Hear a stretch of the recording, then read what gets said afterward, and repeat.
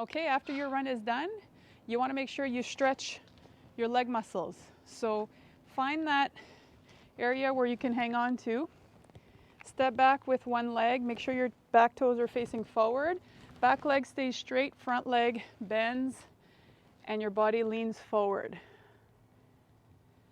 And then just breathe. You're going to feel that pulling in your calf muscle, so just below the knee. And what you have to do is relax that muscle as much as you can. So the more relaxed you can make that area of your body, the better the stretch, the longer lasting the effects.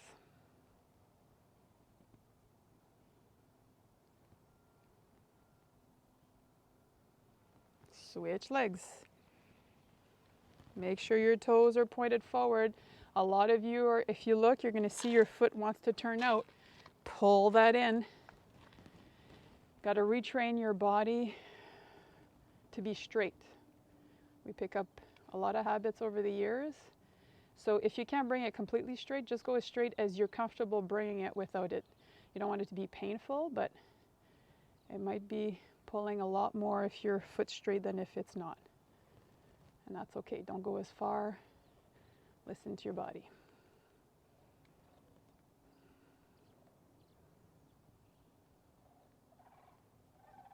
Try and relax in the calf as much as you can. Good. And come back up.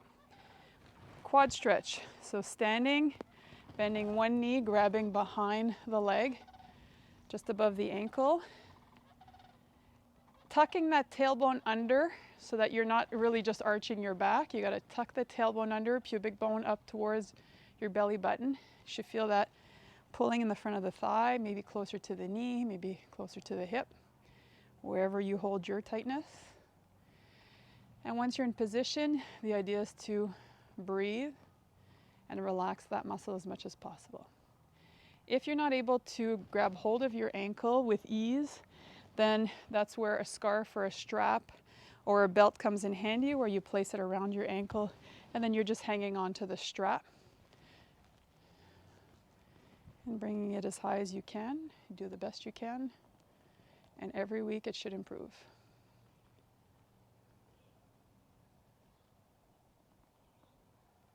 Relax in front of the thigh and lower the foot down. Switch sides.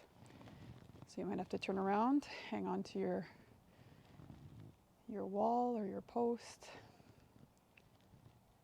Tuck the tailbone under.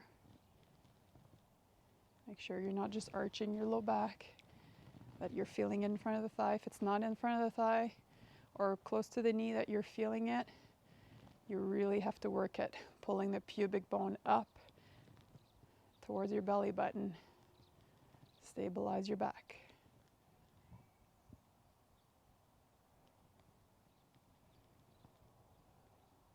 Relax in the front of the thigh.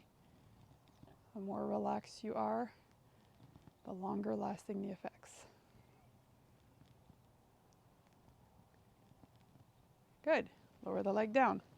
Hamstring. You're going to step forward with your heel, and then you're going to bend your back knee and you're going to sit back. You can hang on for balance. So it's like you're sitting back, like you're sitting on a stool. The front leg stays straight. The heel is on the ground. Your toes are up off the ground. And your body is leaning forward. So you're hinging your body forward, keeping the back straight. If it's too much in your calf, you can relax your toes. It's more important to be stretching above the knee. So behind the thigh, above the knee. So if it's more in your calf, relax your toes. You might have to come down lower. And breathe and relax behind the leg. Your standing leg's working hard. That's okay. You focus on relaxing the stretching leg. And come up. Switch sides. Step forward, heel on the ground, bend the back knee, sit back, keep your back straight, hinge your body forward, relax your toes if you have to, and hold. You're going to relax behind the thigh.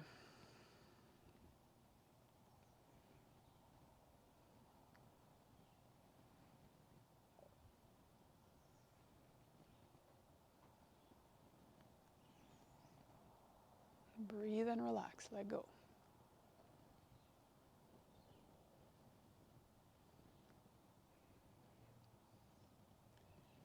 Good, come back up.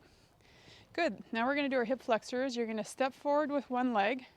We're going into that lunge position. So front knee bends, back knee bends, knee drops. And then here, the important thing is tucking that tailbone under. And you should be feeling that in the front of the thigh. Pubic bone towards belly button, tailbone tucked under. Hang on for balance if you need it. And breathe.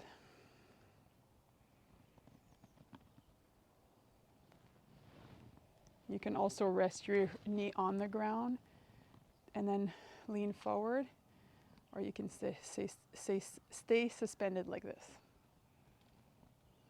And come back up. Switch sides. Lunge forward, drop the back knee as far as you're comfortable. It's different for everyone. Toes are always pointed forward. Tuck the tail under, that's where you're gonna really start to feel the front of the thigh pulling.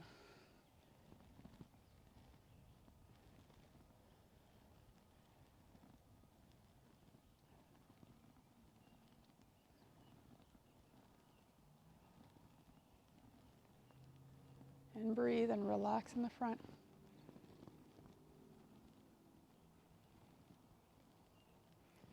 And push yourself back. Good.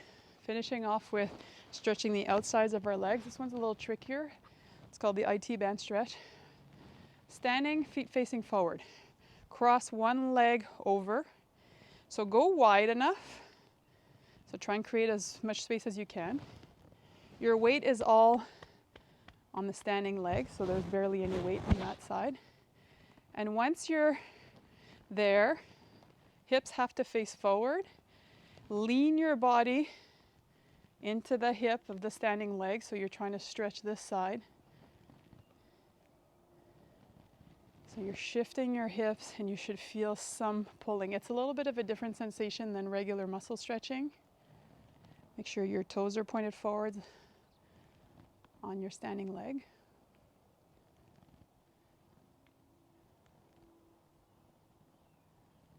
And you're breathing and you're trying to relax inside the hip joint on that side.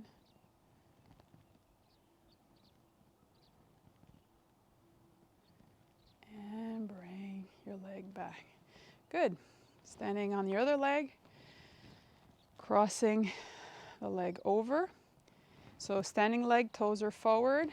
Hips have to face forward. This is very important. And then you shift your hip out to the side until you feel something pulling along the side, the outside of the leg. IT band is more of a fascia rather than muscle. There's a little muscle component to it, but the rest is called fascia. The sensation is not the same as stretching a muscle, so you won't feel as much, or for some of you who are really tight, you might feel it quite intense. But the idea is that it's a different sensation than what you usually feel with muscle stretching, so that's okay. Fascia likes to just be held, and the more relaxed you can make that area, the more you can sink into the fascia. So remind yourself that your hips have to be facing forward, because the body naturally will go to where it's easier, so you have to put a little extra effort here. And breathe.